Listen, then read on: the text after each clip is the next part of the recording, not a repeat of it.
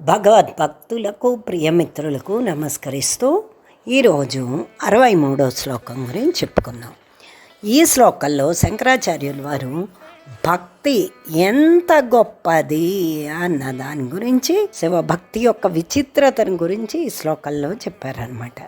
So ముందు శ్లోకాన్ని చదువు. మార్గావర్తిత పాదుకా పశుపతే రంగస్య కూర్చాయతే గండూషాంబునిషేచనం పురరిపోర్దివ్యాభిషేకాయతే కించిత్ భక్షిత మాంస శేషకబళం నవ్యోపహారాయతే భక్తి కిం న కరోత్యయో వనచరో భక్తావతంసాయతే.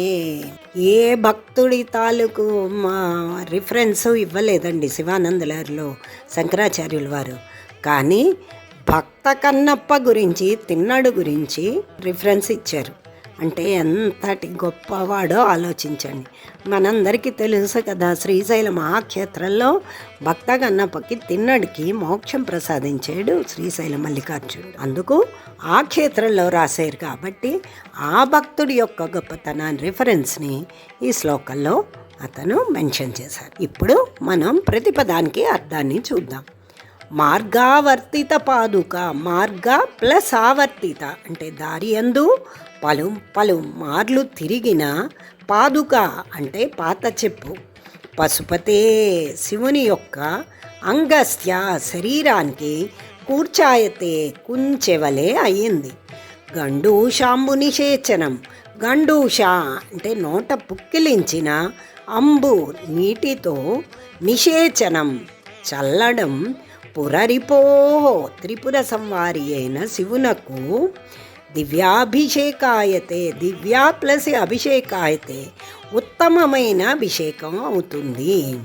కించిత్ భక్షిత మాంసశేష కణం, కించిత్ అంటే కొంచెము, భక్షిత తినగా, మాంసశేష మిగిలిన మాంసపు, కబళం ముద్ద, నవ్యోపహారాయతే నవ్య ప్లస్ ఉపహారాయతే అంటే కొత్త నైవేద్యం అవుతోంది. అహో అబ్బో ఎంత ఆశ్చర్యం! భక్తి భక్తికి, కిం దేనిని, నకరోతి చేయదు, ఏమైనా చేయగలదు భక్తి.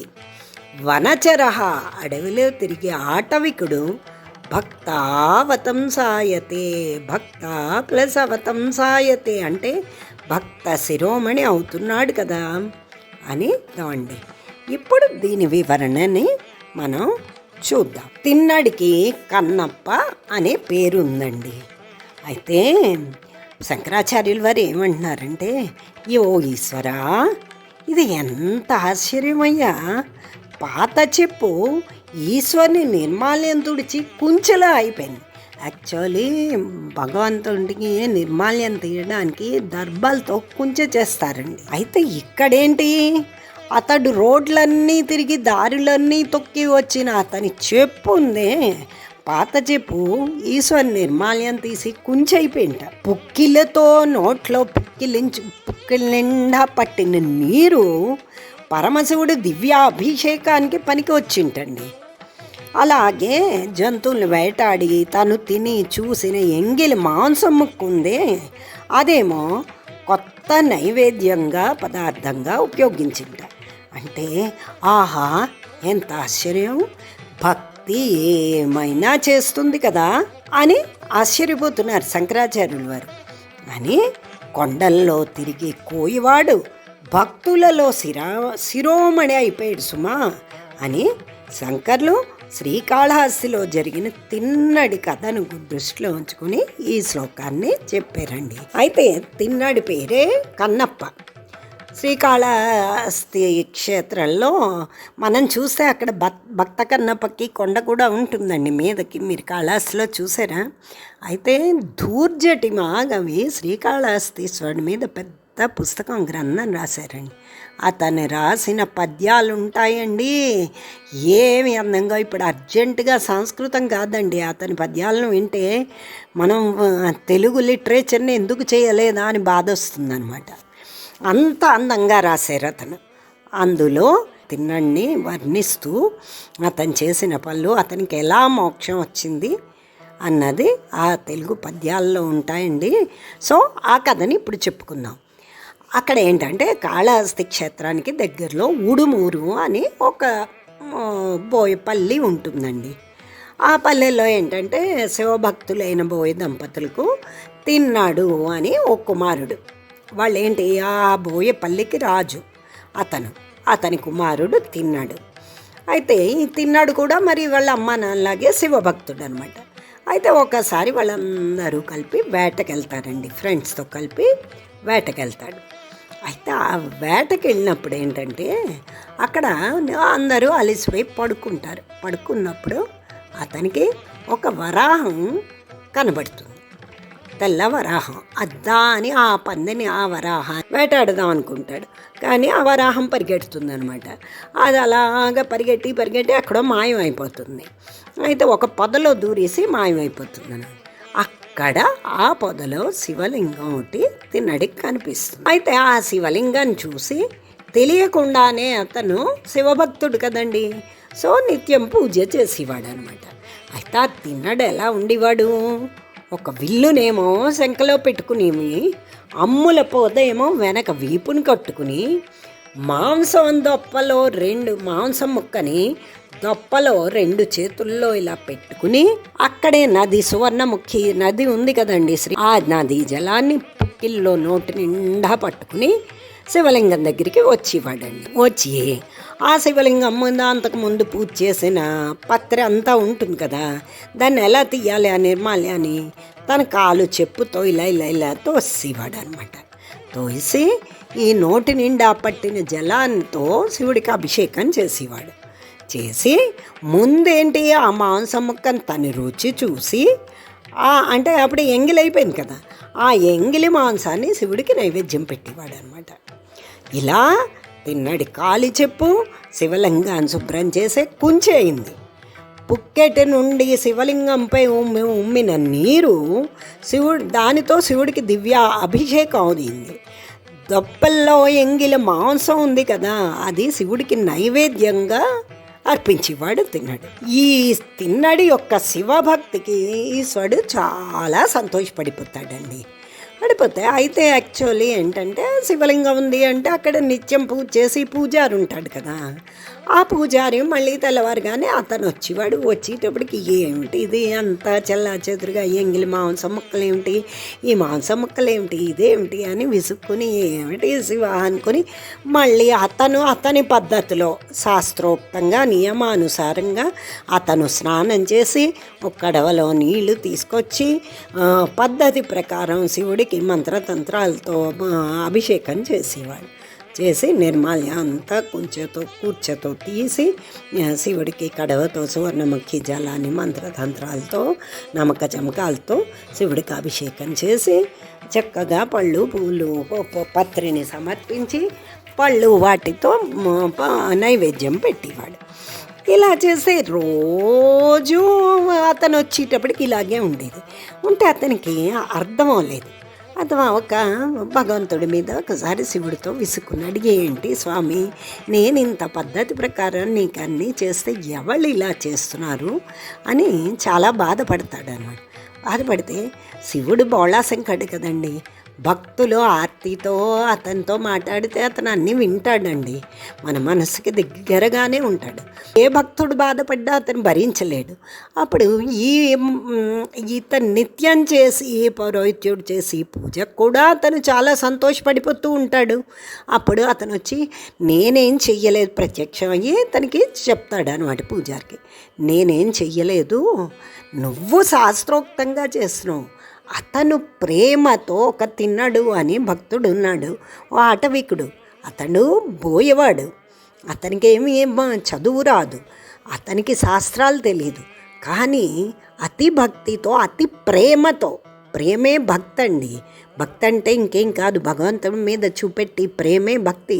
శంకరాచార్యుల వారు ఆల్రెడీ ముందు శ్లోకాల్లో దీన్ని వర్ణించి చెప్పారు. అతడు ప్రేమతో ఏ విధంగా చేస్తున్నాడు, దానికి నేనేమి కాదనలేకపోతున్నాను. నువ్వు కావాలంటే అతని భక్తిని నువ్వే స్వయంగా నీ కళ్ళతో చూడు, ఇదిగో నా వెనకాతలు దాంకుని అతను ఏం చేస్తాడో చూడు అంటారు. అంటే ఈ పురోహితుడు వెనకాతలు దాంకుని చూస్తూ ఉంటాడు. తిన్నాడు, రోజులాగే పుక్కిటి నిండా సువర్ణమక్కి జలాన్ని పట్టుకుని నోట్లో పెట్టుకుని వస్తాడు. చేతిలోనేమో మాంసం ముక్కలు పట్టుకుని వచ్చేటప్పటికి ఆల్రెడీ దాని నిండా పత్రి అన్నీ ఉంటాయి కదా, పువ్వులు. దాన్ని ఎలా నిర్మాల్యం తీయాలి? చేతుల్లోనేమో మాంసం ముక్కలు ఉన్నాయి, అందుకు కాళ్ళకి చెప్పులు ఉంటాయి కదా, ఆ చెప్పు కాళ్ళతో దాన్నేమో ఆ నిర్మాల్యాన్ని ఇలా ఇలా ఇలా తోసేస్తాడు. తోసేసి నోట్లో పట్టుకున్న నీళ్లతో శివలింగం మీద ఆ నీళ్ళన్నీ పుక్కిలించి దేవుణ్ణి కడిగిసేనని అనుకుని ముందు ఈ చేతిలో ఉన్న మాంసం ముక్కని ఆ శుభ్రమైన స్థానంలో అక్కడ పెట్టి ముందు తను తిని చూసి బాగుందని అయిన తర్వాత అక్కడ ఏమో శివుడికి అర్పిస్తాడు. ఓ శివ, తిను, ఇదిగో నీ గురించి మాంసం తెచ్చాను, ఇది బాగుంది, తిను అంటాడు. అంటే రోజు తింటున్న శివుడు ఈరోజు తినపోగానే తిన్నాడికి డౌట్ వస్తుంది. ఎందుకు స్వామి తినలేదు?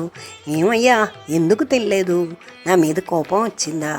ఎందుకు తింటలేదు నువ్వు అని అడుగుతాడు. ఏమన్నా శివుడు ఉలుకులేదు పలుకులేదు.